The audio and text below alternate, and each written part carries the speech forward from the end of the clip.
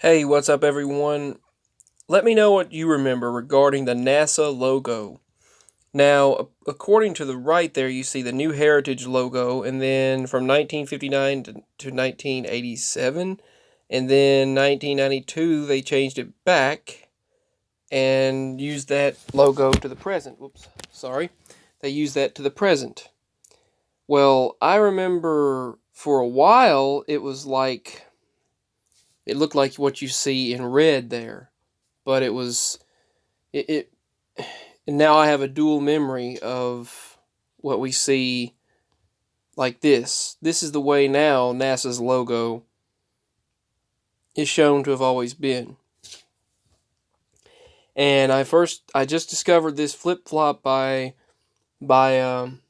Scarab Performance, the YouTuber known as Scarab Performance. So I discovered this, and I was watching Jeffrey Pilkington a little while ago and saw some things on his channel that I'd like to share. Of course, he also repeated some things that I've shared on my channel as well, but that are not necessarily new, but they might be for him. I don't know. With the way this phenomenon goes, it's crazy coming from a perspective of people who, like certain individuals will say, man, it's crazy when it happens to me.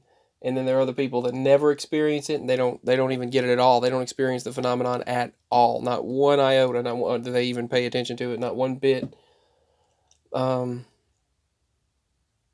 they just don't. But for me, so many things have flip flopped at this point to where there begins to be a sense of like, uh, not numbing down to it, but just kind of becoming used to it, I guess, in some ways. But then there's every once in a while you have one that comes along that is so shocking, so groundbreaking, so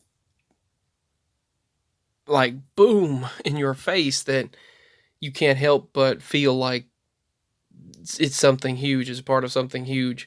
And many people call the A's the lambdas. That's the A symbol without the line through it. They call it a lambda. I think that's in Greek language, if I'm not mistaken. I'm not sure, but I'll have to study on this stuff some more.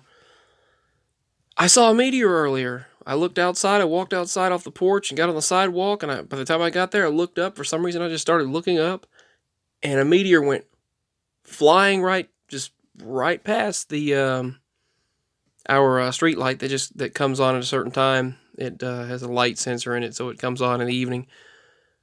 And if it gets darker outside, it comes on as well. But there was a meteor. Can't go on that property. It's someone else's property, but it went right down on that property in the hill.